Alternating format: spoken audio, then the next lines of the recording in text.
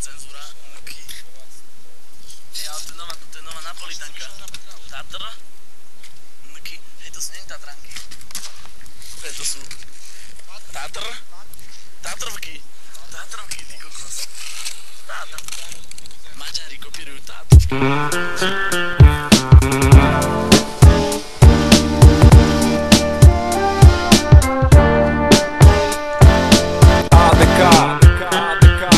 Produkcia Skreče vec. Počúvaj to. Rapová klasika znamená odpáliť sa preč. To je podklad, čo namotá. Zajebať rap, ktorý sa zarie v mysli ako na koži kliešť. Počuješ a ožiješ. Už vieš, čo mám na jazyku. V hudbe nič není nad klasiku. Vychutnávam kopak, rytmičák aj hajetku. Z návyku razy chuť vypočuť nadupané rímy. Nemôže byť pážan, dodráža sa z nejak z trampolíny.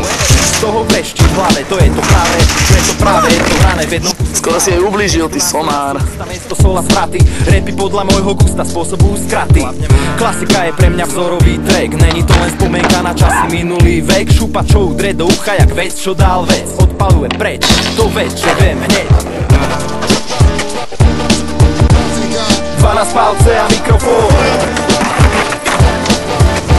Recept na rešpekt.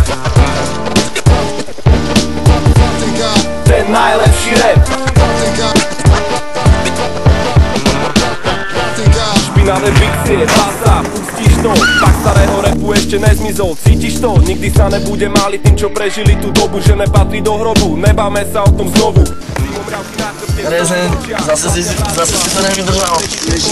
Spomenky na sample, čo pohľadia na duši. Zvuk nafty sneží, tak na čo to riešiť? Štýl, čo sa vil do pamäte starým som. Nasej atmosféru brácho, tým potom klasika, prenikáš do kosti. Klasika, prenesie do minulosti. Spätným koreňom, žiadna cesta to neznáma. Jednoduché pozadie, na ktoré rapper slova čmáral. To je moja klasika, bol to zlatý vek. Boom bap, po piči rap.